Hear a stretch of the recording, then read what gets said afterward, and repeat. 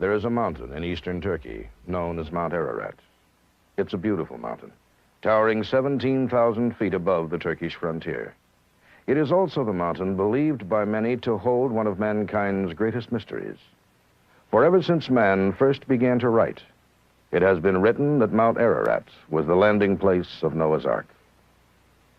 The motion picture you are about to see will attempt to unravel this 5,000-year-old mystery. We'll try to determine if the story of Noah is true, and if the Ark, in fact, does rest on the slopes of Mount Ararat. In our search, we will examine the historical accuracy of the Bible. We will experience the story of Noah. We will investigate the possibilities of a worldwide flood. We will relive the many adventures of the expeditions that have scaled Mount Ararat looking for the Ark. And we will take part in a number of startling new discoveries. This may be the most incredible film you will ever see, but the facts that will be presented are true.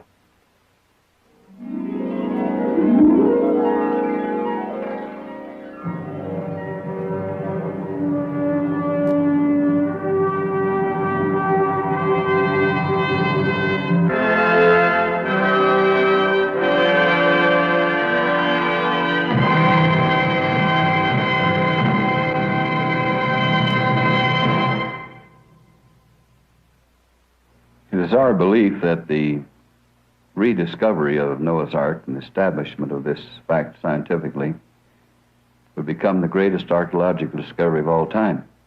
The rediscovery of Noah's Ark will bring into serious doubt some of the most important assumptions of modern science. Everyone would be shocked and startled and intrigued if Noah's Ark were found on Ararat. If Noah's Ark is there, then it shows that the Bible, even to the very earliest chapters of Genesis, is not poetry or myth, but actual history.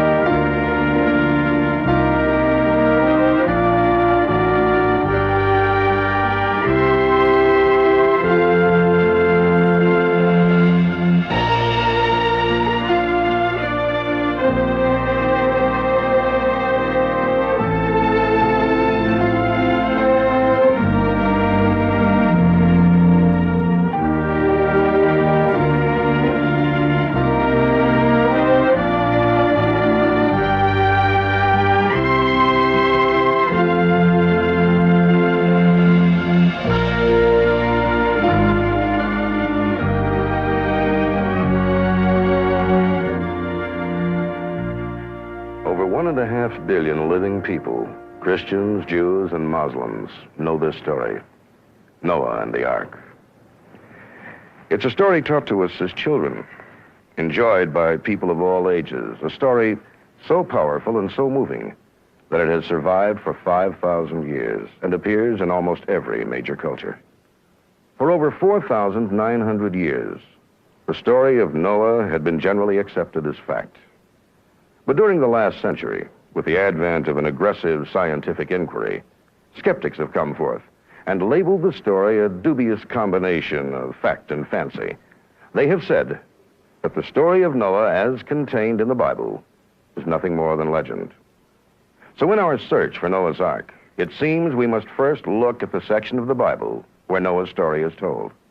We must try to determine if the Bible is factual, if it is indeed an accurate history of earlier civilizations. Although some might think it presumptuous to have to prove the Bible, there are those who labor strenuously to do just that. They're historians, archaeologists, scholars. And almost every day now, something is discovered which sheds new light on the historical aspects of the Bible. Genesis mentions the building of the Tower of Babel, or Babylon, in a city that thrived as a capital of the world. Archaeologists have long struggled to find the fabled tower. They now believe they have located it. Indications of a large tower, a stepped pyramid called a ziggurat, have been found in the Mesopotamian valley near ancient Babylon. Historical records show that a king did indeed undertake construction of the tallest tower of his day, only to abandon it, leaving it unfinished for centuries. Chapter 10 of Genesis is known as the Table of Nations. It is a description of the known world and its leaders after the time of Noah. The Table of Nations relates which of Noah's sons and grandsons and great-grandsons ruled where. In so doing, it accurately reflects the geopolitical state of the world at that time. For a long time, the Bible alluded to an empire that archaeologists could find no proof of, until finally in 1906, Hugo Winkler uncovered some tablets in central Turkey, confirming the existence of the Hittite Empire. Genesis had said it existed. Science confirmed it. The bulk of Genesis concerns the story of Abraham, the patriarch of the Jews. Abraham is said to have been born about 2000 BC in the city of Ur in Samaria. Abraham passed out of Ur into Canaan. Once again, archaeologists have found proof that here too, as suggested in Genesis, there was a thriving civilization. Abraham's tomb is in Hebron. Its existence confirms anew the drama of his life, the saga, as it was told in Genesis. One of the archaeologists who has spent 25 years working in the Middle East is Dr. Philip Hammond. We asked Dr. Hammond what he could tell us about the historical accuracy of the Bible. All right, of course, archaeology doesn't aim to prove the Bible in the strictest sense. On the other hand, archaeologists from practically the beginning of Middle Eastern work have found that a great number of things that we discover archaeologically in actuality support the backgrounds of the biblical material as well.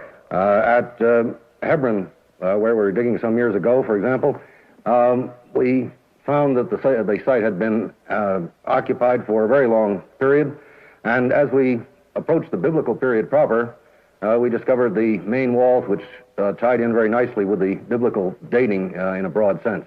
A number of other sites, of course, have produced similar kinds of materials. We find at Jericho that the biblical materials tell us that the site was unoccupied for a certain period of time. It was taboo, and then reoccupied in the Iron Age, and we found that to be so at that particular point. So that very often the archaeological support for biblical stories, biblical backgrounds, is extremely strong. Yes, as archaeologists probe deeper into the shifting sands of the Middle East, new proof is supplied for the historical accuracy of the Bible. We now have proof of such cities as Megiddo and Masada, cities mentioned in the Bible, but hidden for centuries beneath the stark beauty of the Holy Land. These are ruins resonant with the echoes of our faith and our heritage. Genesis, then, is a remarkable historical document. And it is in Genesis that we find the story of Noah. So the next step in our search for Noah's Ark will be an examination of the story of Noah according to the Bible.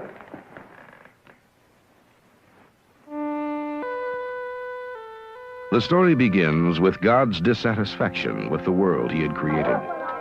The Bible tells us that God looked upon the world's corruption and violence, and because of man's sinful ways, he vowed to destroy the earth and all those in it. But there was one man living then that found grace in the eyes of God. This was Noah, a just man who walked with God.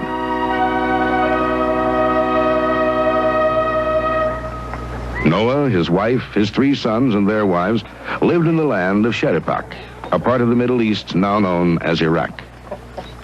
We know very little about Noah. All we do know is from the book of Genesis. We are told that he and his sons, Shem, Ham, and Japheth, were men of faith, and that they resisted all the sinfulness and corruption of their day.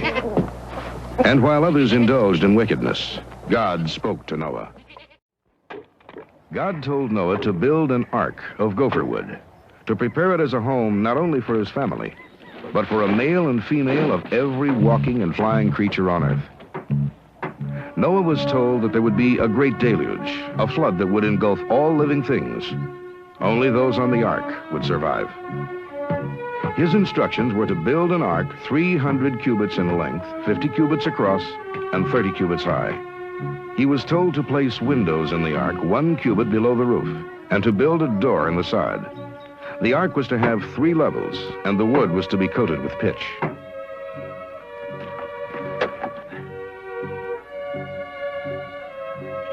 For years, Noah and his family struggled to build the ark. And during the construction, the townspeople would often gather to ridicule Noah.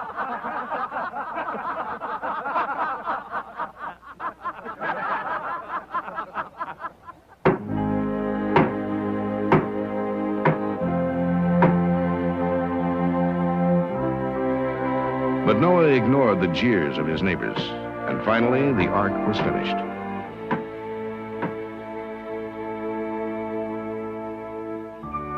Then Noah set out as God told him, and collected 2 of every living creature, 1 male and 1 female.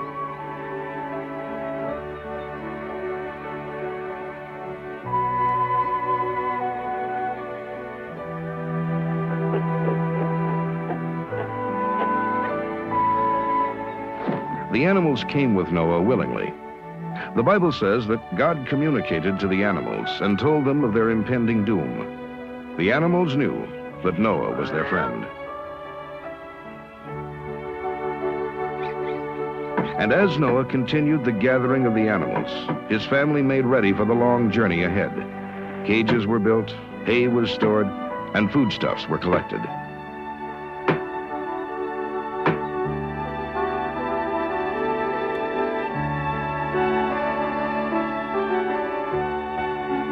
There you are. Come on.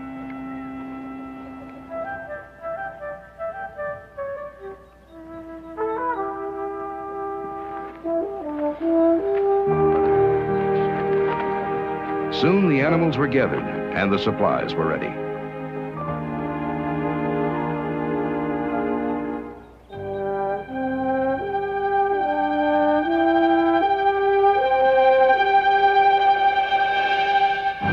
Noah and his family began the difficult task of loading the ark.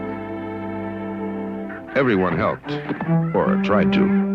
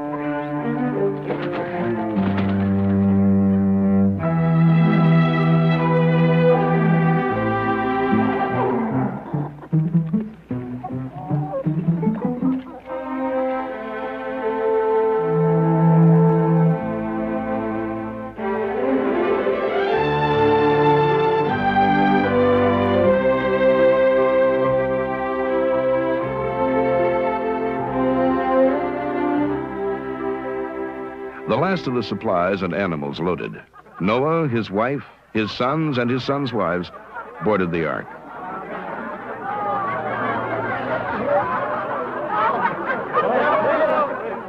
But there was still no sign of rain, and the townspeople mocked Noah. They laughed at the old man who had built a giant boat that had no rudder, no oars, no sails.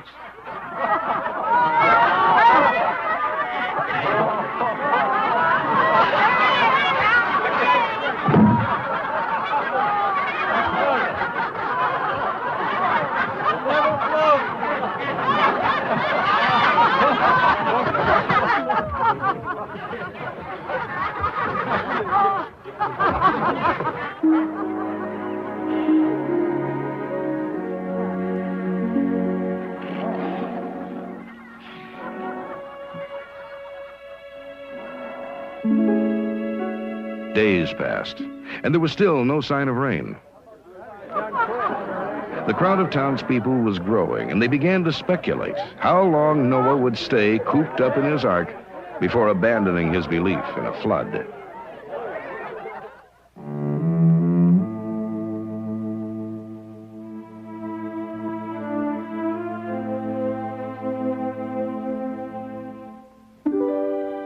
For 7 days and 7 nights, Noah and his family lived in the ark, waiting for the rains to start.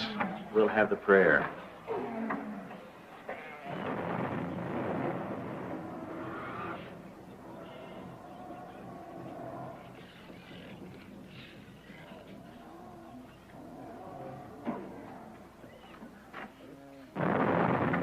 thunder.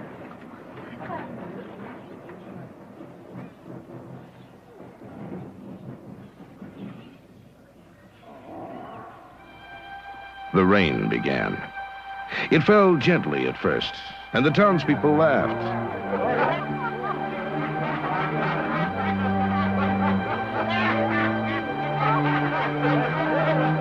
Noah, here's your flood.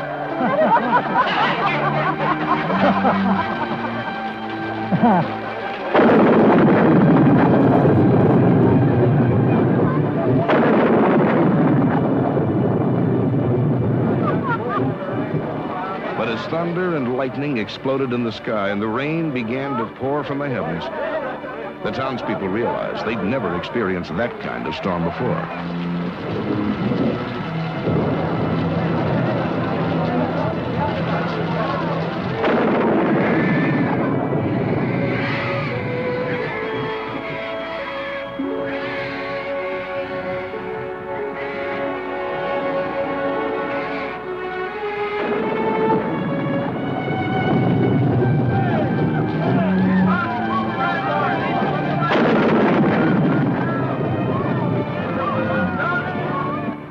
Noah and his family could hear the townspeople beating on the ark, but God's instructions were clear.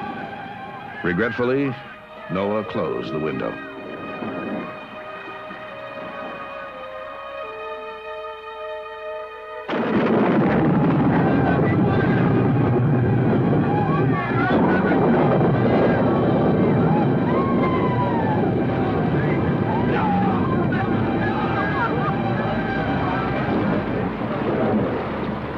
That night, 5,000 years ago, the rain came down in mighty torrents from the sky, and the subterranean waters burst forth upon the earth. The rain fell upon the earth for 40 days and 40 nights.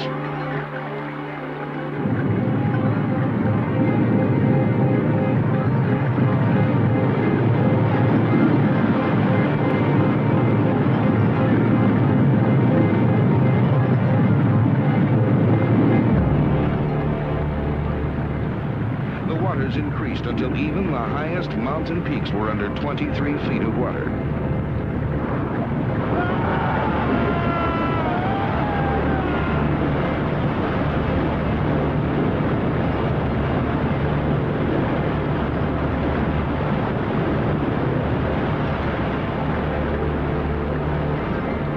All that lived and moved on the earth perished in the great flood. All perished except those that were lifted above the waters in the ark.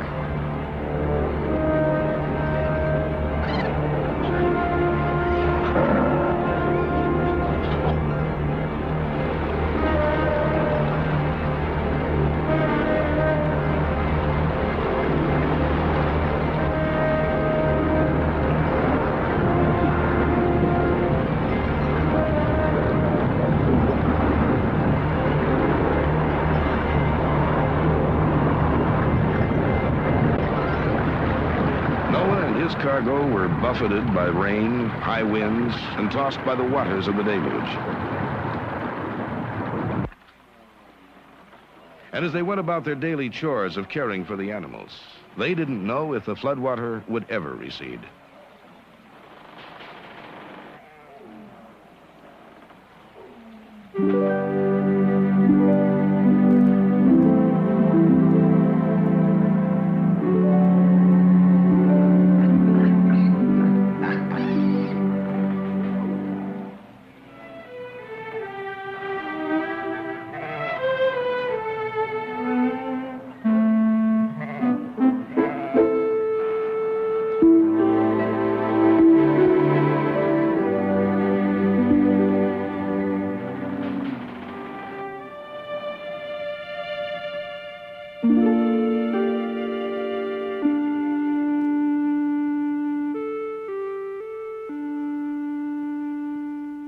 On the 40th day, the rain finally stopped, and life continued on the ark.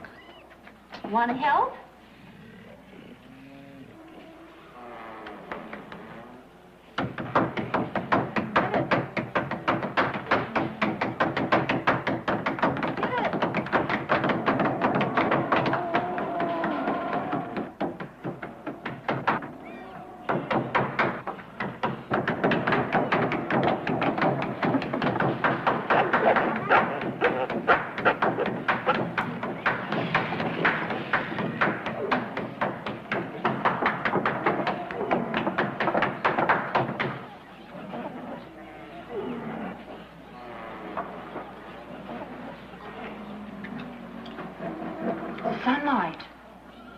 Mother! Father!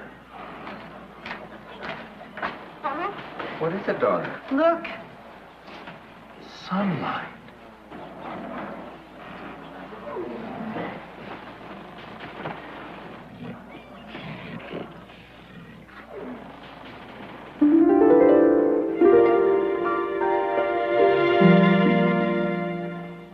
It's stopped raining.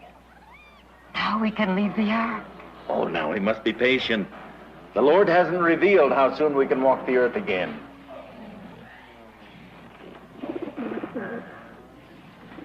Twice, Noah sent a dove from the ark, hoping that it would find dry land and vegetation in the valleys below.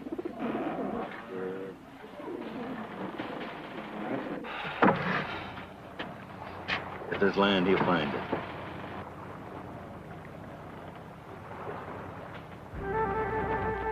The first time, the dove returned to the ark having found no place to rest.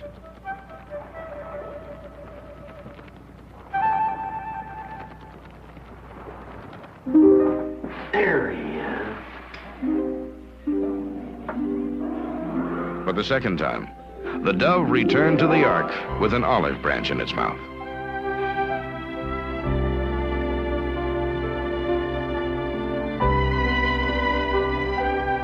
Noah had been on the ark for 5 months, floating atop the flood, before it came to rest on Mount Ararat.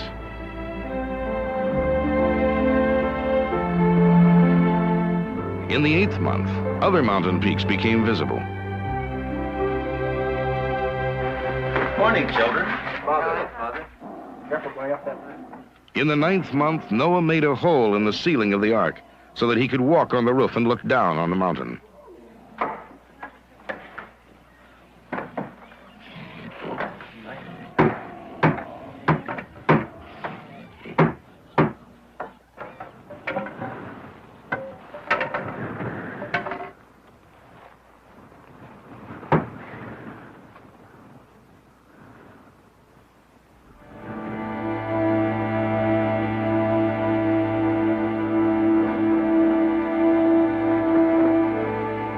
Nearly 3 more months passed before Noah felt it was safe enough to leave the ark. They had been on the ark for 375 days.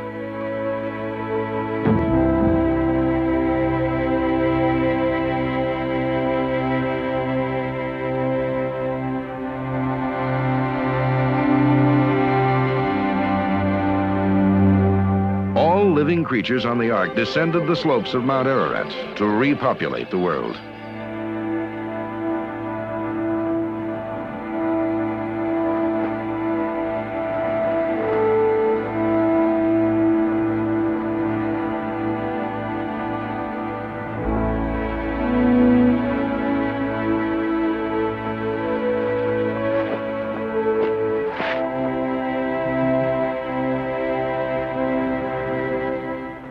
Noah built an altar to God, and for Noah's faithfulness, the Lord promised never to bring such destruction again.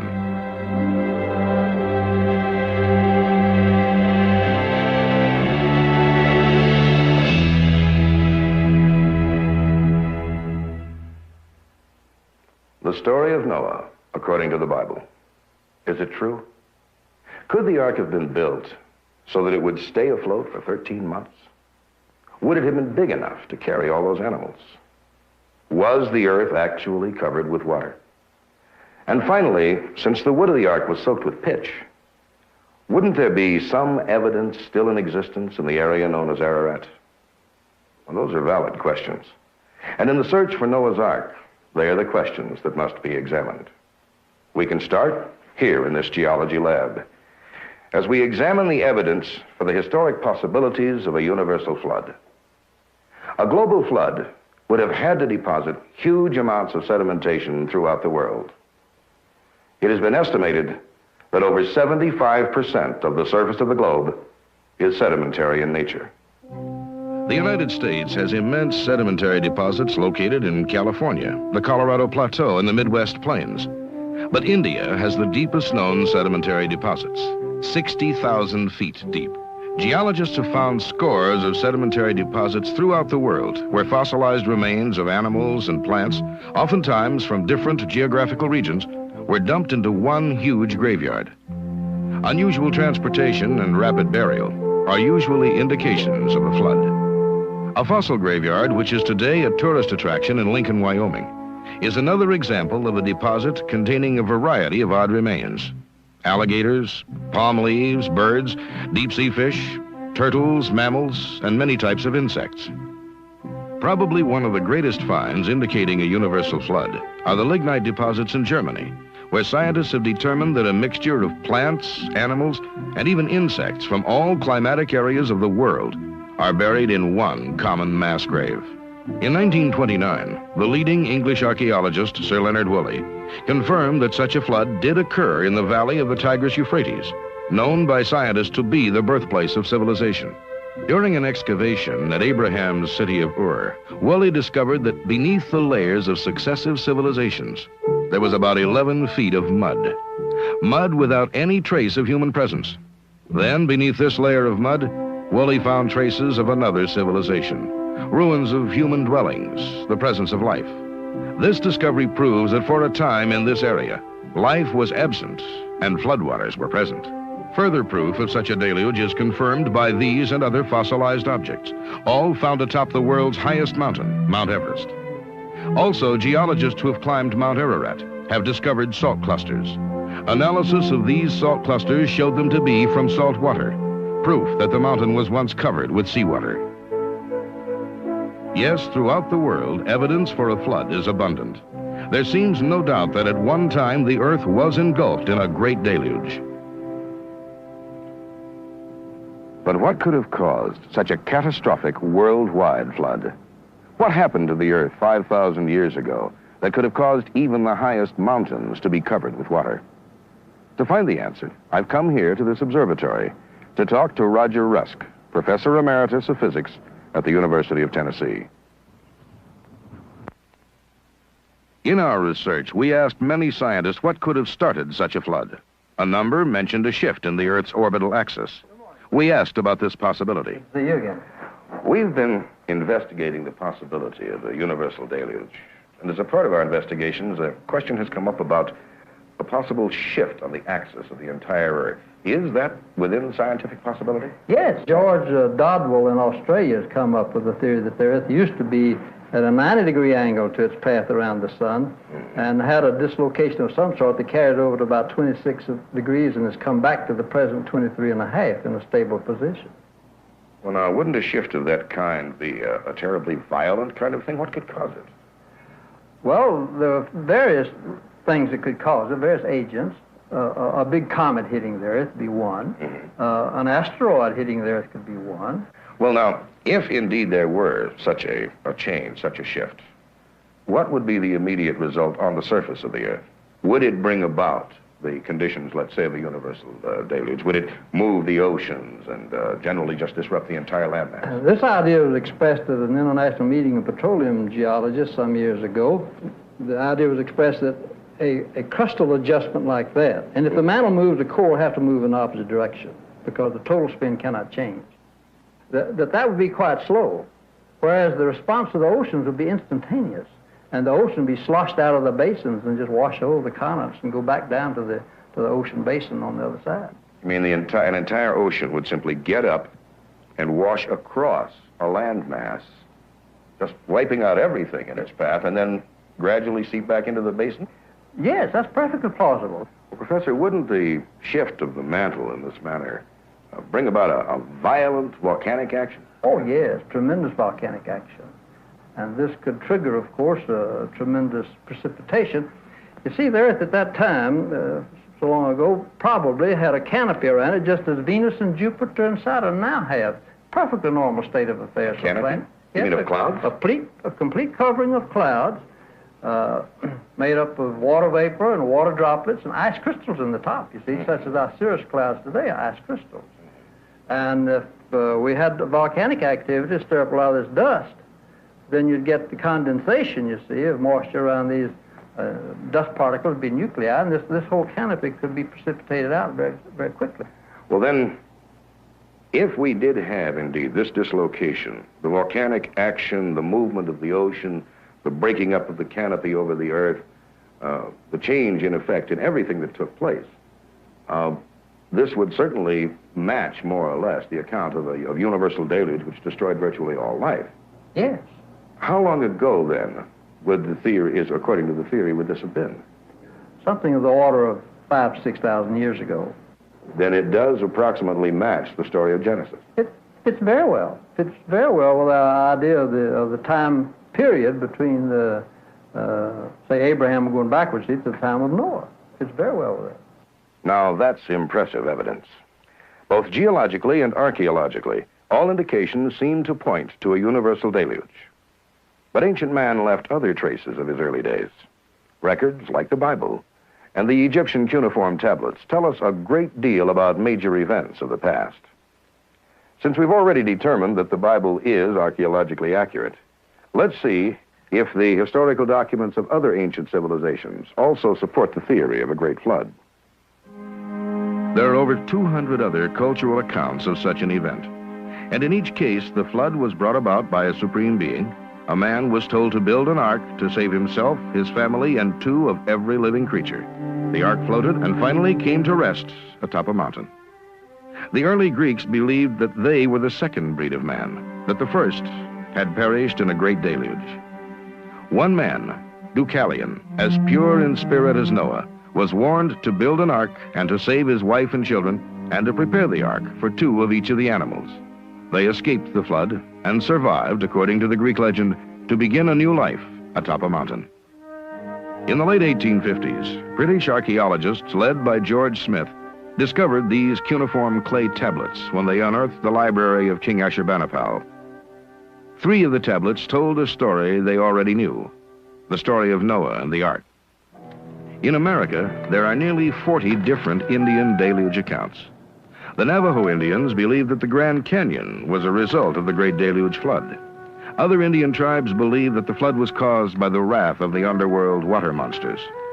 The story goes on to explain how an Indian was saved from the flood by a raft the hero had built, and that the hero had taken animals aboard the raft with him. The raft came to rest on a mountain peak after the floodwaters receded. The Indians believed all of the various flood accounts long before being exposed to Europeans and their Christian concepts of the flood. The fact that there was a great flood and a man who survived it is recorded history. But whether Noah and his live cargo survived the flood as passengers aboard an ark has yet to be proven. Archaeologists agree that if the ark did navigate the waters of the deluge, its existence can be proven by finding some ancient artifact from it. A piece of the so-called gopher wood of which it was built, a pot or a tool, something to prove that Noah and his family existed and indeed dwelled aboard such a vessel. But to find such proof, one must know where to look. One must know where the ark came to rest when the waters receded. One must locate the mountains of Ararat, referred to in the book of Genesis.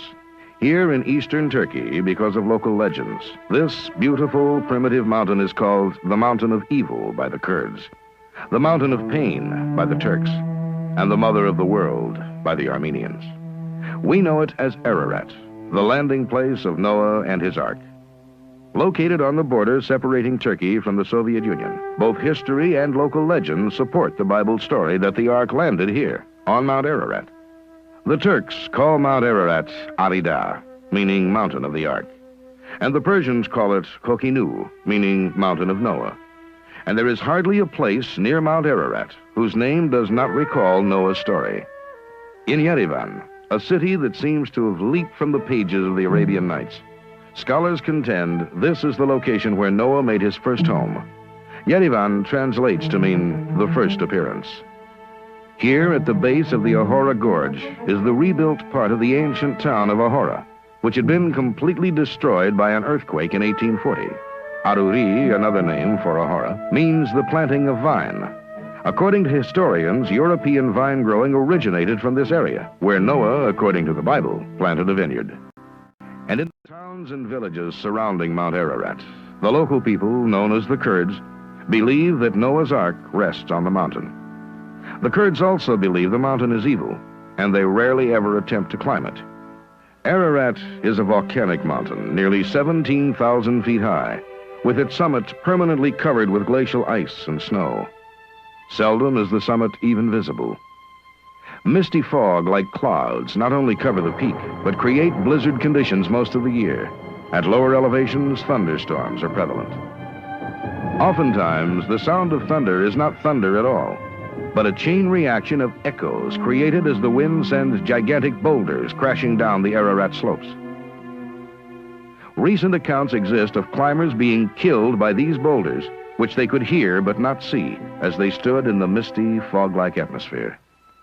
Other treacherous aspects of the mountain are the total lack of trees anywhere for shelter or campfires, the lack of water because melting snow is quickly absorbed through the porous rocks into underground streams, and at snow-covered elevations, 100-foot deep crevasses, often not noticed until tragedy strikes. The mountain is home to some of nature's most unfriendly creatures, man-attacking wolf dogs and poisonous snakes. Mount Ararat is covered with loose, porous rock, and for every 3 steps a climber takes, he usually slips back 2. Probably the most dangerous aspect of the mountain is the misfortune of climbers setting off huge snow and rock avalanches merely by talking to each other. One of the men to actually climb Mount Ararat is John Morris. We asked him to tell us about some of the hazards he encountered firsthand. One of the most difficult things is in the area of weather. Mount Ararat is the only glacial-covered mountain in the entire region, so any of the evaporation that evaporates from the floor of the mountain does condense up on the mountain at about 2 or 3 o'clock every day. Usually in the morning, if there's no weather front in the area, the mountain is just crystal clear. It's a beautiful sight. But then along about 10 o'clock, the haze sets in, and before long, at 2 or 3 o'clock, almost every day, there's a storm up on Mount Ararat, and usually this is a thunderstorm with thunder and lightning. In fact, probably the worst thing that happened to us up on the mountain, one time 3 of us were climbing at about 14,000 feet up on the mountain, and got caught in one of these blizzards that turned into an electrical storm, and before that was over, the 3 of us that were climbing that day were actually struck by lightning. I realize most people, when they get struck by lightning, they don't do a whole lot of talking about it afterwards. In fact, for a while there, I didn't think we were going to be doing any talking about it. 2 of us, myself and 1 other man, were totally paralyzed from the waist down for hours, just lying there in the snow. The 3rd man had amnesia, in shock, just walking around, bumping into rocks. Really, he didn't know who he was or where he was. He really didn't know you couldn't walk right through a rock. He didn't know anything.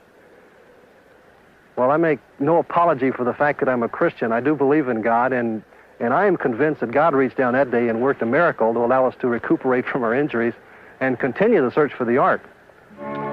Yet, in spite of the hazards of the mountain and the superstitions of the local people, history is full of men who have climbed Mount Ararat and seen the Ark.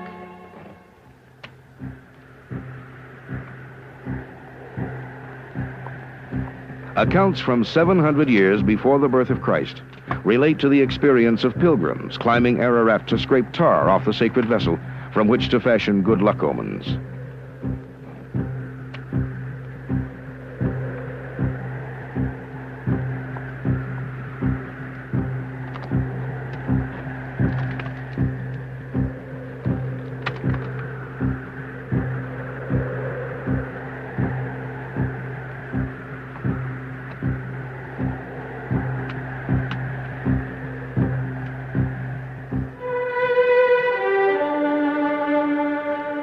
But the mountain often proved too hazardous for these ancient pilgrimages.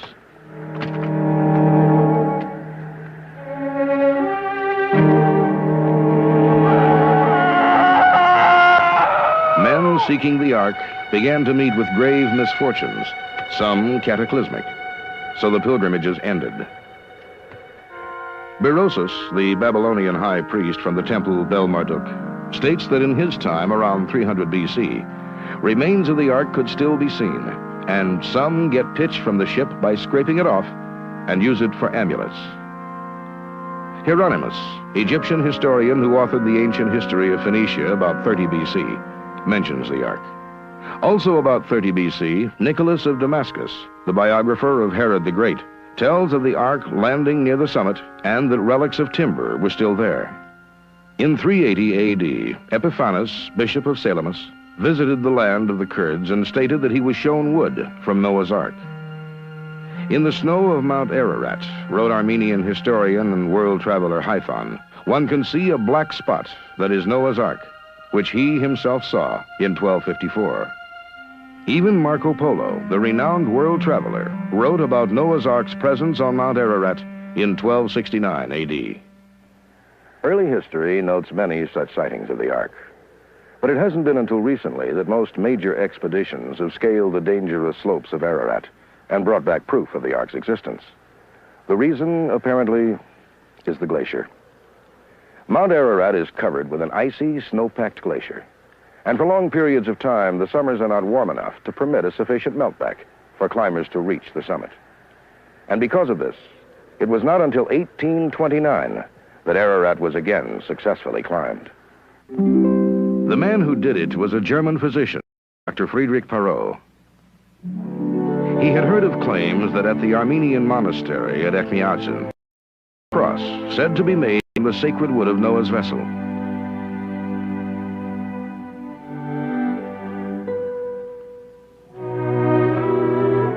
Parrot described the cross as being of a reddish-brown color, measuring about 12 inches by 9 and about an inch thick. After seeing the cross, he journeyed up Ararat to the 7,000-foot level. There he visited the St. Jacob Monastery. It was said that here were ancient Noahian relics and manuscripts.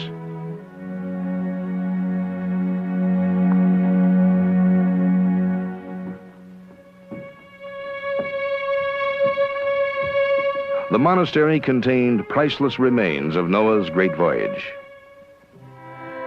Once he had finished in Ahura, Parrot continued on and successfully reached the summit of the hazardous Mount Ararat, but never sighted the Ark. Then, just 11 years later, in 1840, there was a massive earthquake.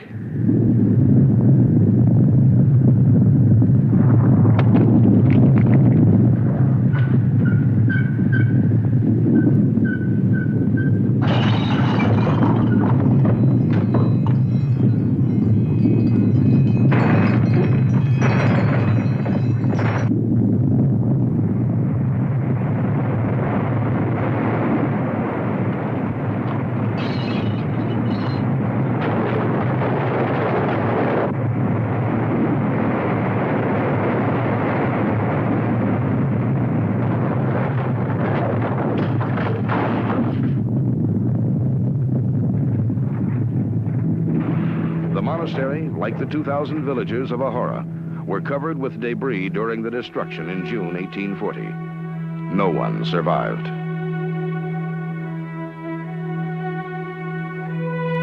Immediately after the earthquake, which caused death and destruction to all villages surrounding Ararat, Turkish authorities sent several teams of workers up the mountain to build protective barriers against avalanches. One of these teams reported the discovery of the forepart of a very old ship jutting out of a glacier. The expedition reported seeing the Ark 14,000 feet up Mount Ararat. They reported seeing several stalls and cages in the exposed interior of the great vessel. The Turkish report stirred additional overseas interest among scientists of that period. Throughout the 1800s, they came, exploring, seeking, hoping to bring back physical proof of what the Turkish report said was really there.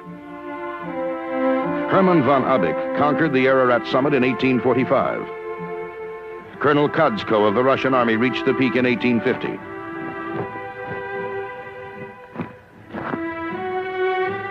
And Englishman Major Robert Stewart made it in 1845.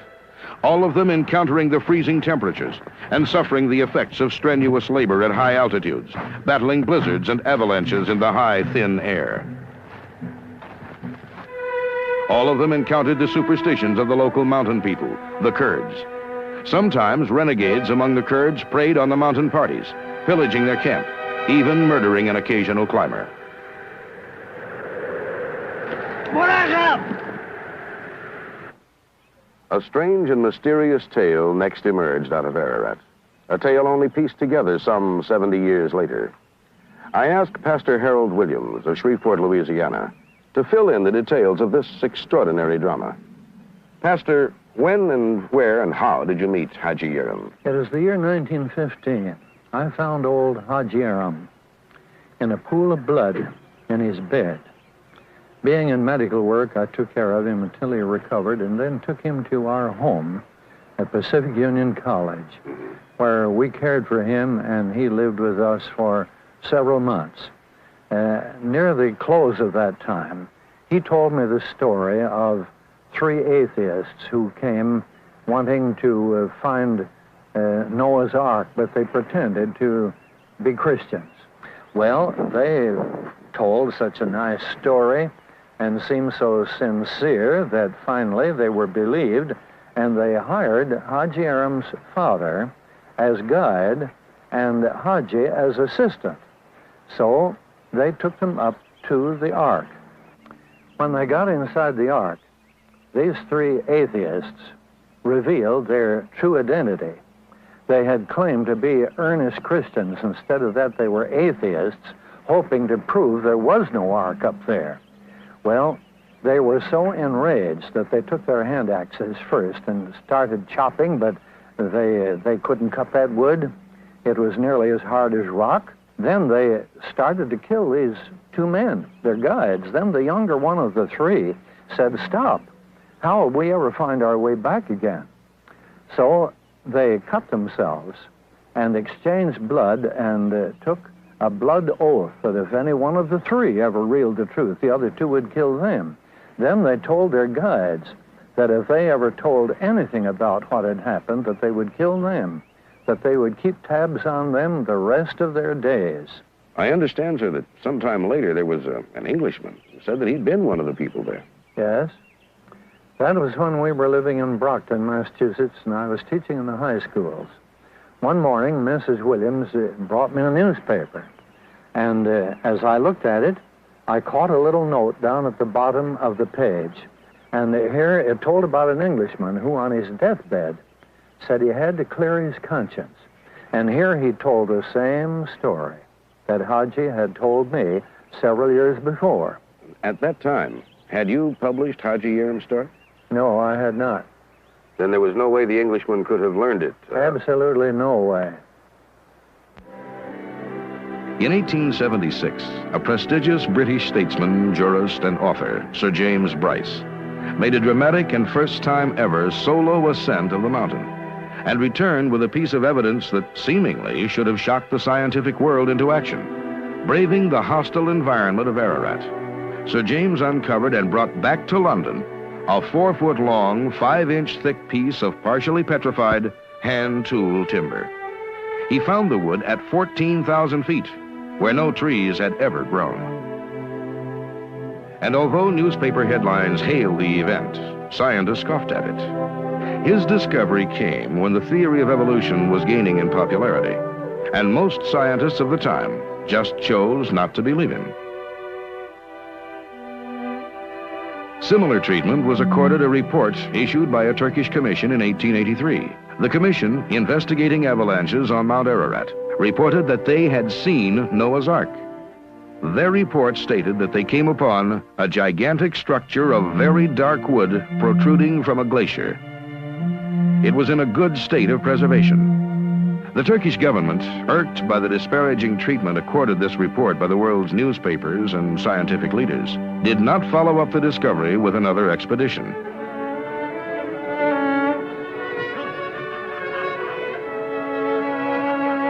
Despite this, 4 years later, another world traveler announced he would mount an expedition and attempt to locate the Ark.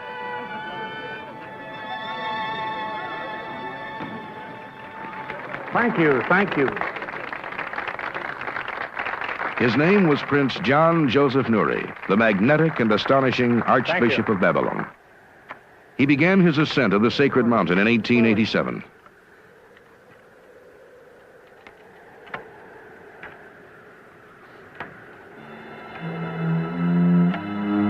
On April 25th of that year, the prince realized his dream. He saw Noah's Ark. Prince Nuri reported that he found the Ark wedged in the rocks and half filled with snow and ice, that it was made of dark beams of very thick wood. His story further corroborated the 1883 Turkish newspaper account. Prince Nuri had hoped to return to Ararat to mount a major expedition. One of his proposals was to take the Ark to the Chicago Exhibition, the World's Fair of 1893. Nuri, however, was never able to gain financial support for this major expedition he longed to lead to Mount Ararat. The prince's secret, his route to the Ark on Mount Ararat, was lost forever when Nuri died unexpectedly from pneumonia. The next story to surface in the search for Noah's Ark took place in 1902, when as a boy, Armenian farmer Georgy Hagopian was taken to the Ark by his uncle. Illustrator Alfred Lee interviewed George Hagopian, and we asked him to recount the story to us. George Hagopian was about 72 when I first met him in 1970. When he saw Noah's Ark, he was living in Turkey. He had been born at Lake Van, and he and his uncle would take their sheep and goats across to Mount Ararat every summer and graze their flocks on the mountain, as the Kurdish people do today. Every summer they go above the heat of the desert to graze the flocks in the meadows up there.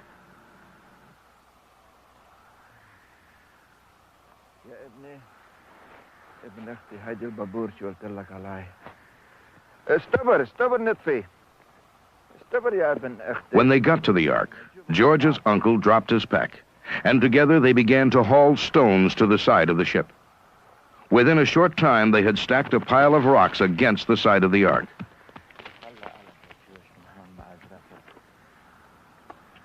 Grabbing Georgie by the arm, his uncle said, "You are going on top of the Holy Ark." He put Georgie on his shoulders and said, "Grab the edge and pull yourself up."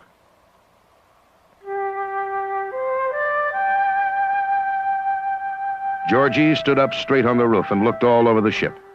It was long. The height was almost 40 feet. There was a big black hole in the roof. He peeked into the blackness of the hole but saw nothing.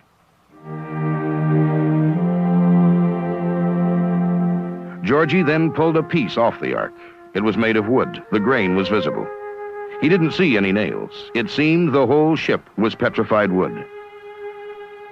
He remembered the roof was flat, with the exception of a narrow raised section running all the way from the bow to the stern, with many holes in it. His uncle told him these were holes for air.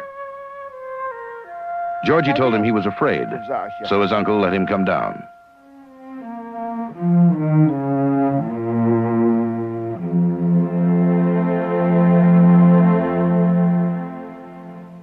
My desire as an illustrator was to draw a picture of Noah's Ark as authentically as possible. When I went out there, I told him that I was very keenly interested in his guiding me in illustrating what he had seen. It took a year and a half. I'd go between Eastern Shore, Maryland. He lived in Easton, and I lived in Washington. I'd go back and forth, and I would work on these sketches. I'd go over the tapes and all the pages of notes and sketches that I had. Finally, after a year and a half, I brought this picture out to him. He took the pen out of my hand and made these scratches right here. He said, "You neglected to put some rocks right here, as I remember it." But he said, "The rest of this, to the best of my memory, that's what Noah's Ark looked like."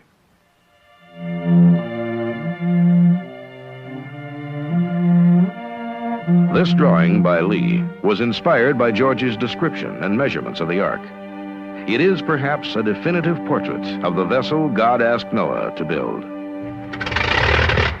The next reported sighting of the Ark was in 1916, when two Russian aviators saw the remains of the Ark while flying over Mount Ararat.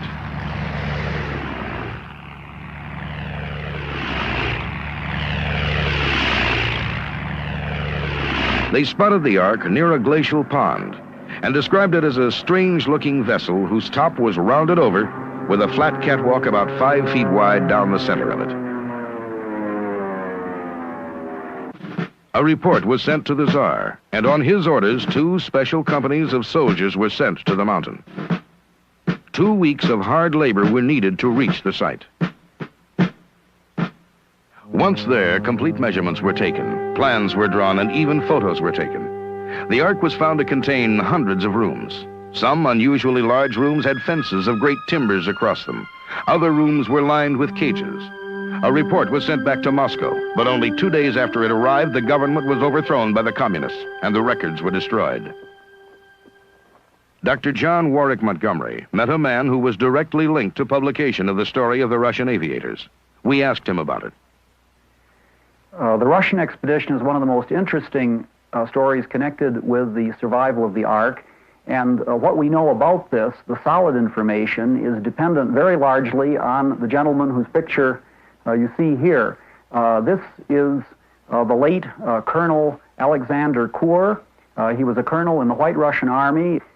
This man had contact with soldiers who were in the squad that went up Ararat and verified the existence of a boat, the boat that had been seen by an aviator.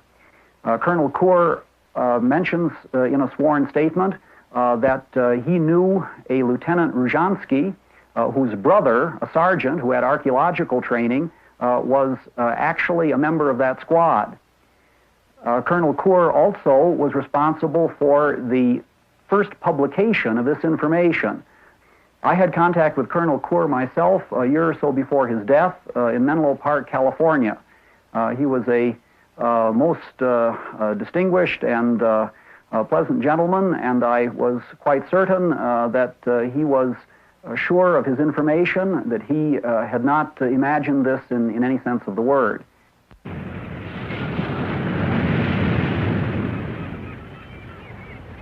The story of the Russian expedition served as confirmation of the George Hagopian sighting in 1902.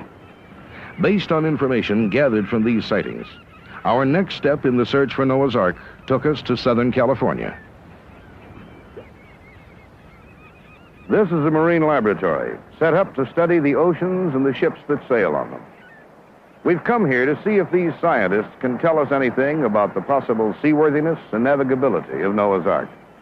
But before we can do that, we must know the design and the approximate size of the Ark. This drawing, as you know, was made by Fred Lee after extensive interviews with George Hagopian. But throughout the ages, artists and historians have had different concepts of the Ark. Prismatic rhomboids, pregnant sampans, or simple great-hulled vessels. However they conceived the Ark, they knew the Ark must be large enough to hold 2 of all the animals of the world and be stable enough to sustain the violent seas of the Great Flood.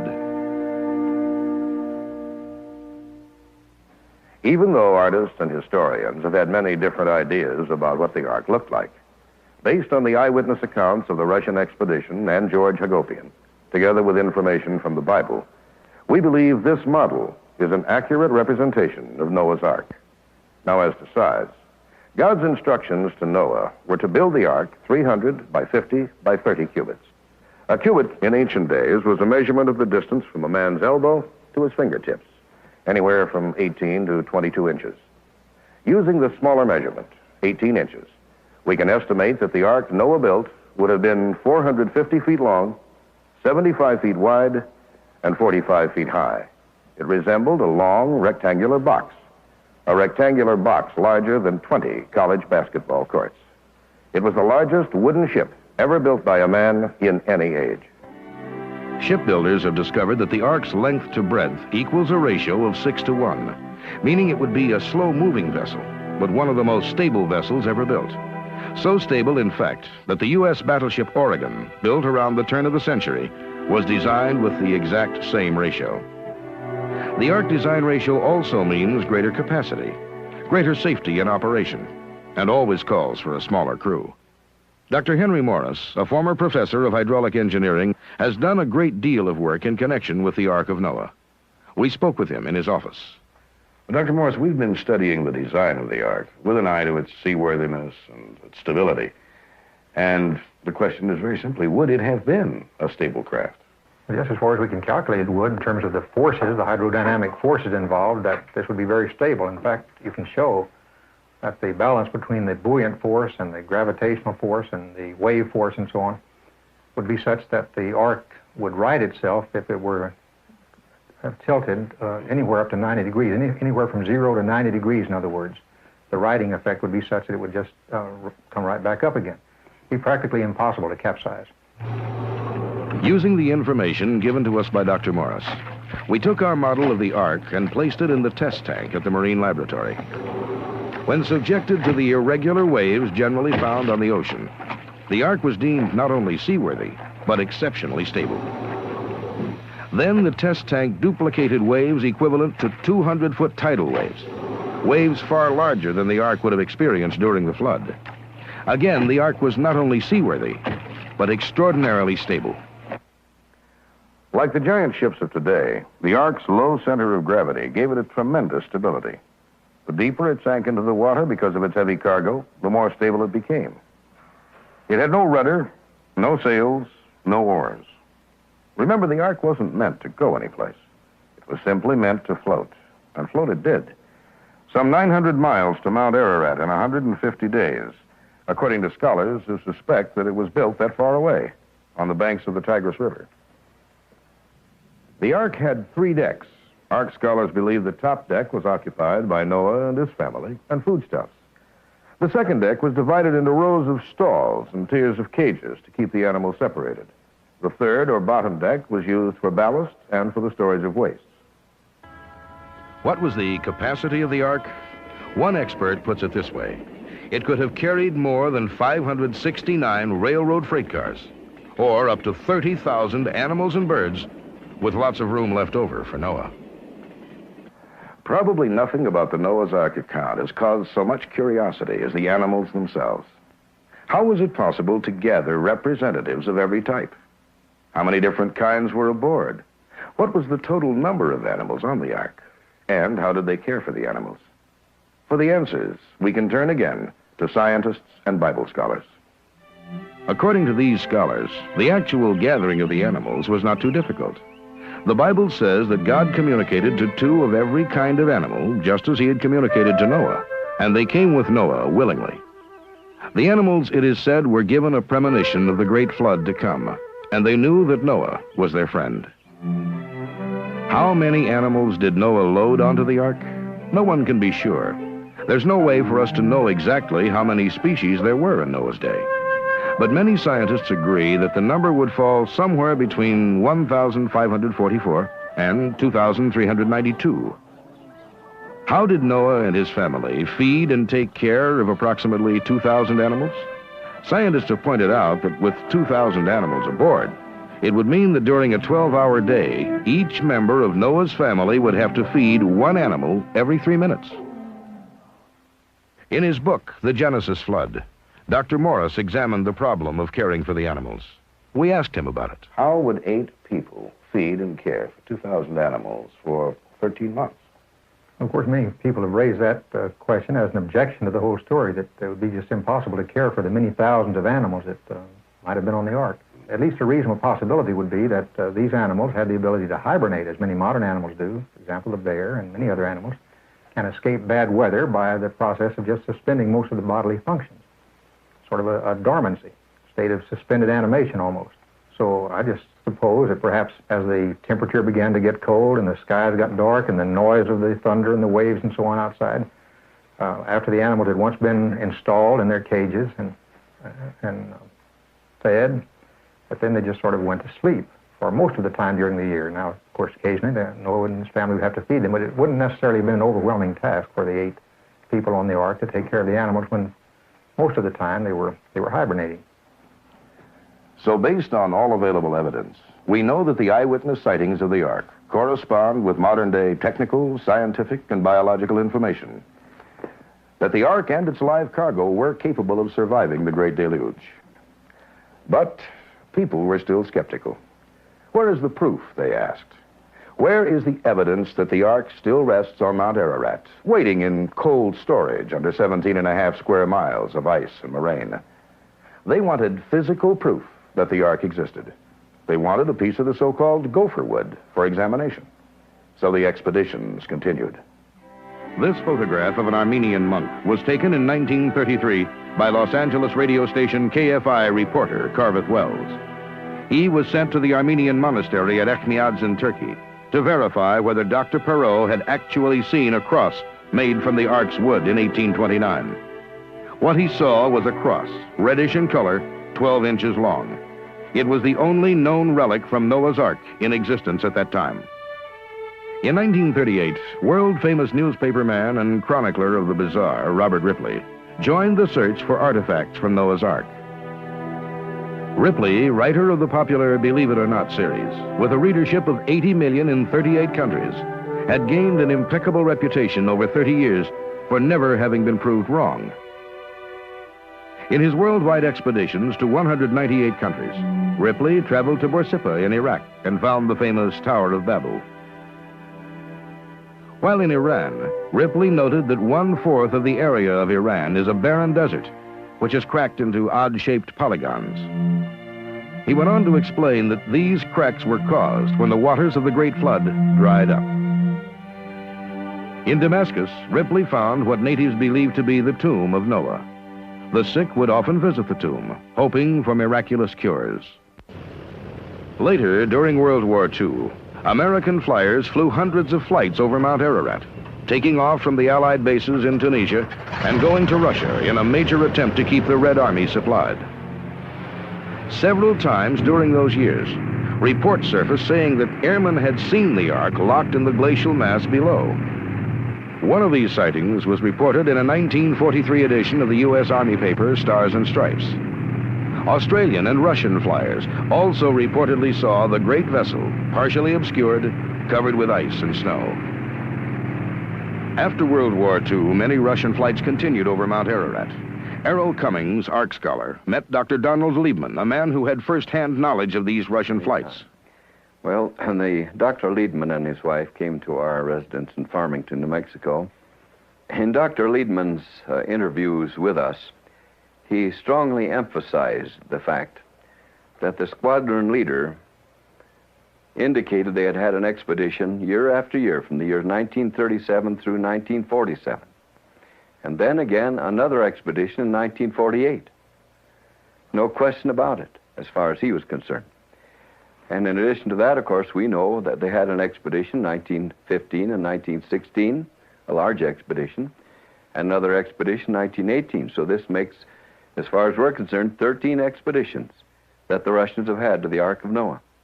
He gave us quite an accurate account of his experience. He had met the officer of the USSR Air Force who had done the flying over a period of years from 1937 to 1947, 10 expeditions. And then he was shown, when Dr. Liebman met this man in Hamburg in 1947, he was shown 3 of the photos taken. And he had drawn a sketch for us of one of the photos that was presented to him by the platoon leader from the Russian USS Air Force. And this is that sketch. It shows the Ark at about 14,000 feet, more or less, with the prow of the ship showing about 80 feet of the prow showing. And the prow apparently is in a small cirque or small body of water, seated on a cliff. And incidentally, this sketch corresponds with many other stories that we have. This is the interesting thing. So that we feel that there's authenticity to all that Dr. Liebman had to say and to the story of the Russian flyers. In 1952, an American pipeline engineer working in the Middle East similarly saw a portion of the Ark exposed on the face of Mount Ararat. George Jefferson Green was on a reconnaissance mission looking for oil sites traveling in a helicopter when he saw the great ship protruding from the rocks with only one side exposed. Reaching for his camera, Green directed the helicopter pilot to maneuver the craft as close as possible to the huge structure below. Closer and closer they edged, while the excited engineer recorded his discovery on film. Sideways, head-on, from closer than 100 feet away, the shutter clicked, while the sun was beginning to lower in the western sky. Green took what turned out to be 6 extraordinary photographs, or so his friends say. For Green, who transferred to a mining operation in British Guyana, was murdered. All of his belongings, including the valuable photographs, disappeared.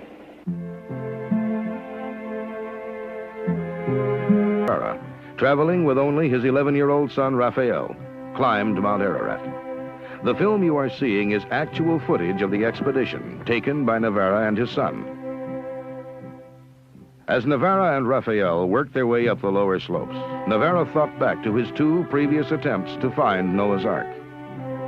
In 1952, he discovered an astonishing patch of blackness within the ice. The mass was sharply defined and looked like the ribs of a great ship. But he was alone. His Kurdish guides had deserted him below, and he had to leave the mountain. In 1953, Navarra returned to the mountain. He found his way fairly easily, climbing to within 100 yards of the timbers. But boulders, perched precariously above, rolled down at the sound of his voice. He was able to get about 20 yards closer when suddenly he felt faint. He couldn't coordinate his movement in a crevasse.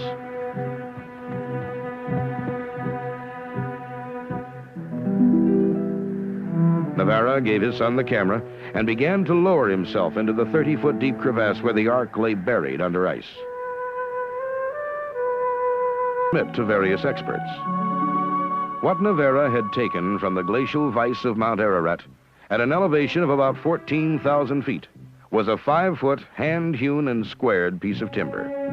Yes, he had found wood, but was it a piece of the Ark? Ark scholars generally agree that the Great Flood occurred about 5,000 years ago. So if Navarra could test the wood's age and determine that it was in fact 5,000 years old, then he could be sure it was from the Ark. To test the wood, Navarra visited special laboratories in both the United States and Europe.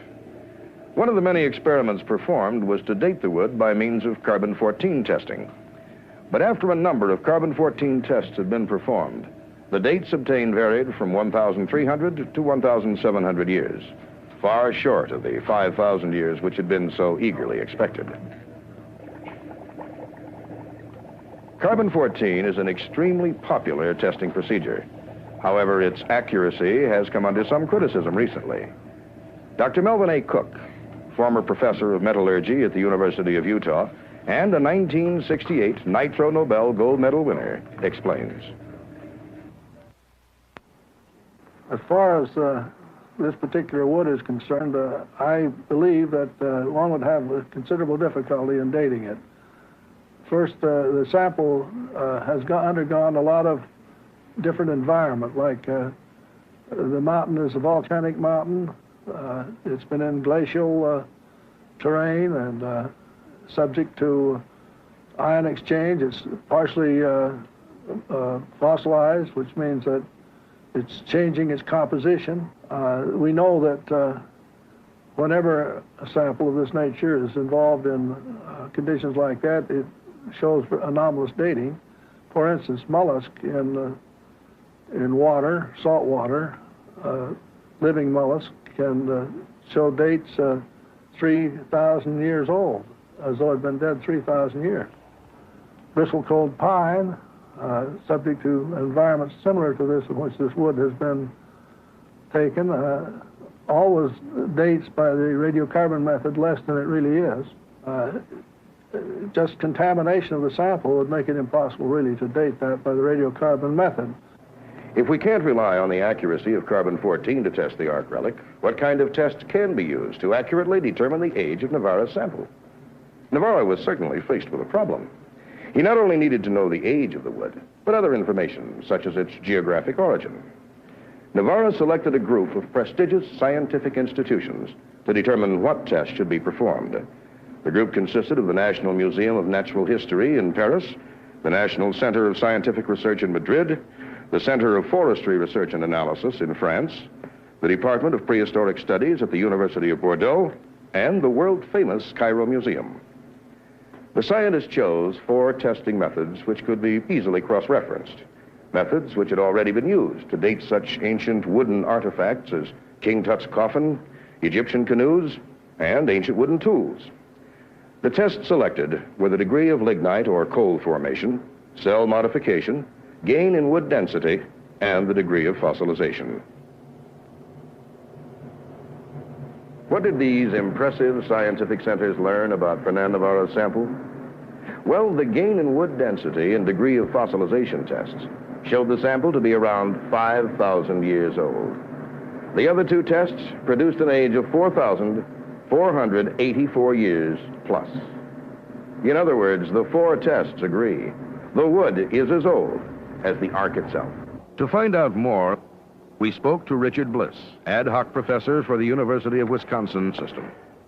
I have in my hand a very unique piece of wood brought down from the mountains of Ararat by Ferdinand Navarra in his search for the Ark. And it comes from a quercus oak tree that was probably 5 feet in diameter and 150 feet high. The interesting thing about this oak is that this is precisely the kind of tree that we would expect growing in the Mesopotamian valley where Noah built his ark. I have here several pieces of wood. This is a piece of yellow pine, which is a fairly soft wood, and this is our white oak or quercus. I want to point some things out. First of all, you can see quite distinctively that the annual rings, the light-colored and the dark-colored rings, tell us something about the growing season. But notice this here, the tight structure of the cell structure of this piece of wood. Now, there's something very interesting about this because the vessels in this wood are almost plugged with a fiber called Tyros fiber that makes this virtually waterproof. This is precisely the kind of thing that Noah would have had to use to build his ark. It is interesting to note that this piece of wood and this piece of wood are identical. And this is the wood that Ferdinand Navarra brought down from the mountains of Ararat. What do all these tests prove? Well, that the sample is old enough to fit the biblical flood account. That the wood grew exclusively in the area where Noah is believed to have built the ark. And that it was definitely a piece of wood hewn and waterproofed by a man. Now, this is where Fernand Navarra discovered his wood, at slightly under 14,000 feet up the northwest side of Mount Ararat. Although most Ark scholars agreed Navarra had found wood from the Ark in 1955, disagreement arose about the location of the Ark. Based on earlier eyewitness accounts, many people continued to believe that the Ark rested here, above the 15,000-foot level. So Ark scholars theorized that perhaps the Ark had been damaged in an earthquake, broken in 2, with the main part of the Ark continuing to rest here at 15,000 feet, and the broken remains found by Navarra scattered here. But they had to be sure. So the search for Noah's Ark continued. During the late 50s and early 60s, the famous American spy plane, the U-2, was making its worldwide reconnaissance missions for military intelligence. Many of the flights passed over Mount Ararat on their way to Russia, and a number of U-2 pilots reported seeing what looked like a ship locked in the ice below. In 1960, this photograph was taken at Mount Ararat by a NATO survey team. It startled many scientists, for it looked incredibly like a ship. Measurements were taken, maps were drawn, and an expedition set out to find the object. On June 6, 1960, they reached the site, but there was no Ark. The disappointed men left the mountain. The mysterious ship photograph had been a false lead. Then, in 1969, Fernand Navarra decided to climb the mountain again. The famous French explorer who'd startled the world in 1955 by finding wood agreed to join the Scientific Exploration and Archaeological Research Team, known as SEARCH. Navarro wanted to prove that he could lead another expedition back to the same Ark embedded in the glacial ice pack on Ararat. and, hopefully, recover some more wood. After retracing Navarro's steps up the treacherous mountain, the search team struggled to locate wood in the same crevasses where Navarro found his 1955 wood. But the crevasses were not melted as deep as they were in 1955, and no wood was found in them. Then, Navarro decided to probe the bottom of a small pond adjacent to the artifact ice pack. The team's probing poles did not reach to the bottom. Next, Navarro started probing a small runoff stream from the pond. At 11:15 on July 31st, 1969, Navarro and the search team struck pay dirt. 5 pieces of wood resembling planking, with the longest piece nearly 17 inches long. This new additional find confirmed Navarro's discovery, and for many scientists proved conclusively that Noah had indeed stepped forth onto dry land here on Mount Ararat. The 1969 expedition supplied new evidence to support the broken ark theory.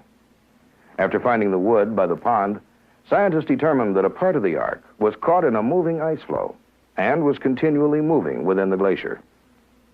So if the ark was here, on the northwest side of the mountain, and if, during the earthquake and volcanic eruption of 1840, it was broken in half, then approximately half of the ark slid down about 2,000 feet to another ledge, leaving wood planks strewn in its path. The other half, probably the front, remained intact, wedged in the rocks above. This explains why, at times, the ark appears to be protruding from the ice intact. And this explains how Fernand Navarro was able to find wood from the ark here. Since the 1969 search expedition, much more evidence has been found to support this theory.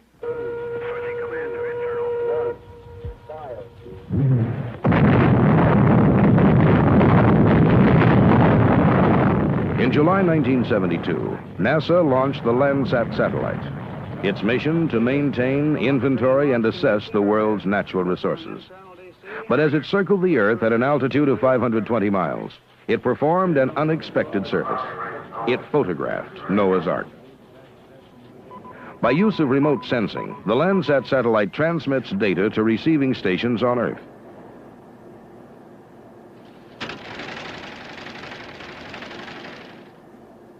The information is stored on videotape, then electronically transferred to film negatives from which photographs can be made. We traveled to Sioux Falls, South Dakota, and visited the Eros Data Center, the government facility for handling and storing these photographs. This is the main reproduction center here at Eros. As you can see by the way I'm dressed, conditions within this center must be very carefully controlled as to temperature, humidity, but most particularly dust. They have to be, in order to maintain the integrity and the incredible accuracy of the Landsat imagery. In a few minutes, this machine will produce for us what appears to be a picture, but what is actually built-up imagery of the data sent by the Landsat satellite. With it, we can use our own eyes to try to determine what it is that rests near the top of Mount Ararat. This photograph of New York was taken by the Landsat satellite. But Eros also stores photographs taken from the Skylab Orbital Laboratory and U-2 flights. All 3 are used by scientists to help us better control the use of our natural resources. This is the Landsat satellite photograph of Mount Ararat. It's remarkably detailed, considering it was taken from an altitude of 520 miles. Unfortunately, visual evaluation alone could never tell for sure whether the Ark is on the mountain. The examination of photographs is not the only means of evaluating the information we've received from Landsat satellite. There is also the technique of computerized electronic analysis, as practiced here in this laboratory. Dr. Waltz, nice to see you, sir. How are you? Now, what do we have here? We have an image from the Landsat satellite. This particular image has the Turkish border. This is the whole Turkish frontier area? Right. This is an overview of the entire scene. Now, would it be possible to get this enlarged so that we could get a closer view of Mount Ararat itself? Yes, we'll magnify this particular area right there. Dale, would you go ahead and punch in the commands?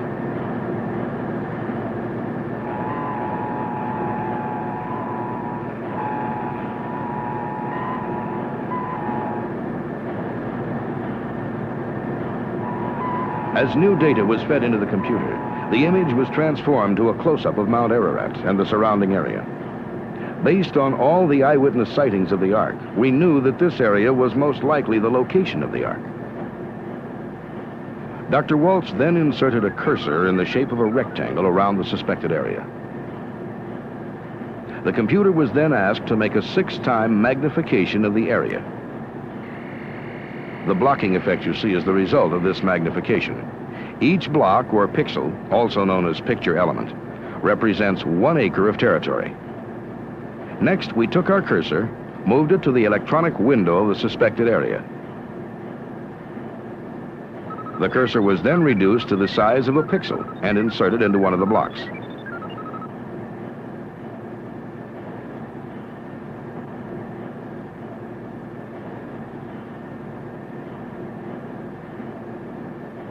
Then, we asked the computer to tell us which pixels have the same spectral data or reflective light patterns as the block now containing the cursor. Those that are the same would turn green. The first picture element tested showed a common reflective pattern, meaning it was similar in most respects to the surrounding area.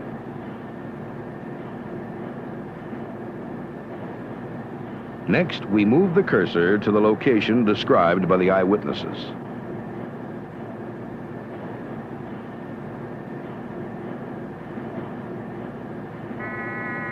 When the computer was activated, it was the only spot of the mountain to turn green. Now, Doctor, what does this actually tell us? This is the only pixel or picture element that has that specific reflectivity in this general vicinity. Then we know from the electronic data analysis that this is the only thing on the entire mountain of Ararat or any of the surrounding territory which has this particular reflective pattern in all 4 bands of the spectrum. It most likely is. Let me, in effect, put you on the hook, Doctor. Is it possible that that is Noah's Ark? Well, I could not discount that possibility. Yes, the satellite data confirms the possible location of the Ark, but it doesn't prove conclusively that the Ark is there. If we had no further data than the Landsat imagery, we might never be positive. But we do have further data. We have actual photographs. This picture was released in 1974 by Ark scholar Errol Cummings. It shows what looks like the broken part of a ship resting in the bottom of a crevasse. If the broken Ark theory is valid, then this would be the broken half which slipped down the mountain during the 1840 earthquake. But what about the forepart of the ship? Does it truly rest on a ledge about 2,000 feet higher?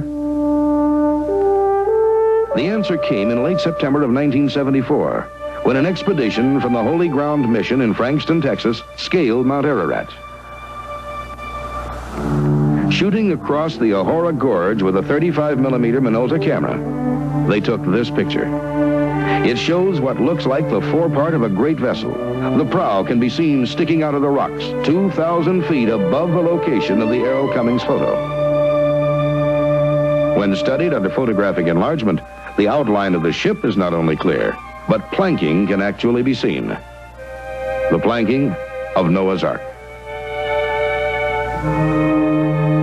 Yes, it was here, 5,000 years ago on this mountain in eastern Turkey, that Noah, his wife, his 3 sons and their wives landed and unloaded their cargo of animals from an ark that had provided them with safe passage during the Great Flood.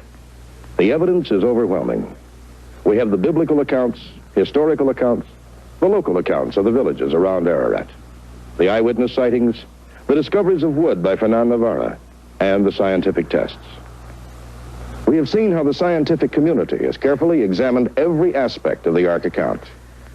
The conclusion is that the greatest story in the Bible, Noah and the Ark, is impeccably true. The Ark is here all right, on this mountain. We could send teams of archaeologists up there right now and attempt a major excavation. But that day must wait. The Turkish government has banned all travel and expeditions to this great mountain. Ararat separates Turkey from Russia, and the political implications of foreigners being on the mountain might easily cause a serious international incident. It's sad when you think about it. The politics of nations now stand in the way of the legacy of man. The ark must remain here, buried beneath a blanket of ice and snow, until the world is at peace. But that day will come, for there is more to this than just the story of a great wooden ship. It is the story of Noah, a man of foresight, a man with the ability to build a great ark and survive the deluge, a man of faith, perhaps more than you or I, who could ignore the ridicule of others and finish a long and difficult task, a man who had the strength to rebuild and begin life anew. This is the lesson of Noah and the ark. It's a lesson which has been taught throughout the ages. It is the simple lesson of peace. For Noah is our link to the past and our hope for the future.